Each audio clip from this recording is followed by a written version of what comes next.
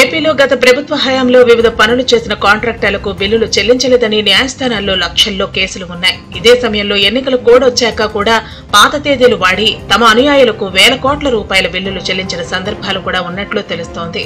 నిజానికి ఈ బిల్లులు సిఎఫ్ఎంఎస్ లో ఫిఫో పద్ధతిన వచ్చిన బిల్లులు వచ్చినట్టు వరుస క్రమంలో చెల్లించాలి.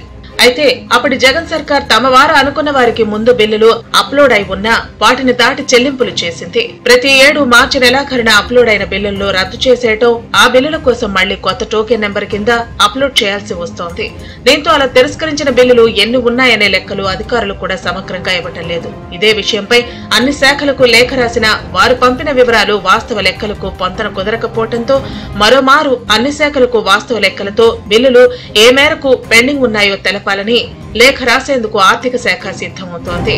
ఇదిలా ఉంటే సాక్షాత్తు ఆర్థిక శాఖ వివిధ శాఖల్లోని పెండింగ్ బిల్లుల వివరాలు ఇవ్వాలని అడగటంతో వారు పంపిన లెక్కలకు స్థానిక బిల్లులకు పొంతన కుదరటం లేదు. కేవలం 10,000 కోట్లు మాత్రమే పెండింగ్ బిల్లులు ఉన్నాయని చెబుతుండటంతో అన్ని శాఖలు తమ పెండింగ్ బిల్లులపై సమగ్ర సమాచారాన్ని ఇవ్వాలని ఆర్థిక శాఖ కోరుతోంది.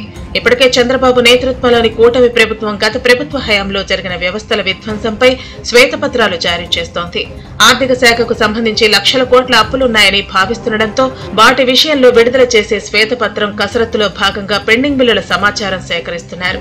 అయితే ఆర్థిక శాఖ ఆదేశాల మేరకు వివిధ శాఖలు అందిస్తున్న సమాచారం అరాకొరగా ఉండటంతో ఆర్థిక మంత్రి పయ్యావుల కేశవ్ అభ్యంతరం వ్యక్తం చేసినట్టు తెలుస్తోంది. ఈ పెండింగ్ బిల్లులపై సరైన సమాచారం ఇవ్వని అధికారులపై అవసరమైతే చర్యలు కూడా తీసుకునేందుకు ఆర్థిక శాఖ సిద్ధమవుతోంది.